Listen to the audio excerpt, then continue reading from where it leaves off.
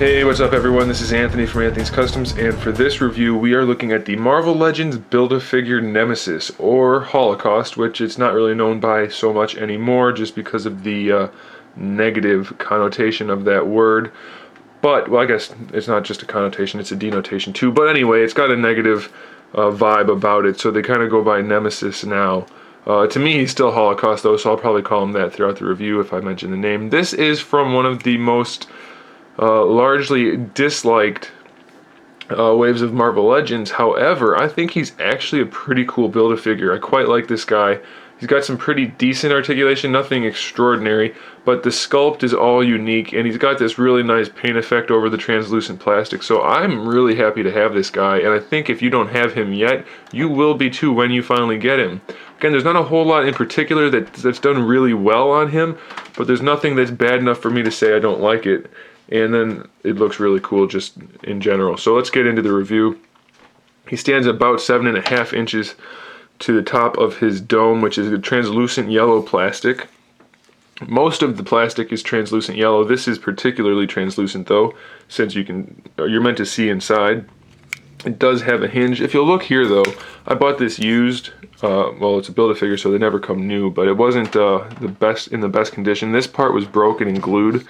That happened before I got it. However, everyone that I've ever seen in person, unless it was fresh out of the package, these two hinges break on the dome. So I wasn't too worried about that, since I figured they were going to break anyway. I could probably have fixed it a little cleaner than the person did, but it's not horrible, and you can probably expect that. It does come with the little skeleton inside. It's just a rib cage and a head, really.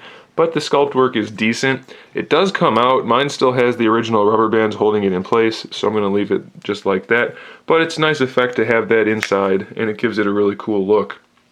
The translucent plastic, it does vary throughout the figure. The shoulder pads, for example, while they are translucent, I'm not sure if you can see through that, they're not nearly as translucent as the chest, and clearly not as translucent as the head, but it still has a really nice look. The paint's clean. These red lines are super well done. And then all these little like red spots that have the fading around them, they just look great. They're really well executed on this guy. I do like that a lot. As far as articulation goes, the shoulder pads aren't really articulated, but they're just connected by this tab back here, so they have some flex to them to allow for the shoulders to move. It's not a huge amount, but it's enough. And then you can see the shoulder here has a nice ball hinge. Pretty standard. It ratchets in just about every position, so that's cool. You have a bicep swivel up here. The elbow also has the swivel at the bottom of the bicep and the standard elbow hinge. Even though it's a single hinge though, they got really good range of motion out of it. It's full 90 degrees, no problem at all. So that's pretty nice, even though it's kind of bulky. Pretty cool sculpt work throughout this arm with kind of like this mace of a fist. I like it personally. I like the design a lot. Then this side just has more of a traditional looking fist. Same type of articulation throughout, just a completely new sculpt for the hand and forearm. And I do like the design they used for the fist with the more angular sculpting. I do like that a lot. He has the diaphragm joint, which actually gives him a really good range of motion. You can get some cool poses out of this guy, no problem at all. And you can kind of see what kind of joint it is. It's got a ball peg in the top, and it looks like, can't really get into the bottom, a standard ball down here, and maybe it's a swivel actually at the top. So I guess I can't see it. It's a little deceiving the way they designed that. It might just be a swivel on top of a ball peg, but you do get a really good range of motion out of that, so I like it a lot.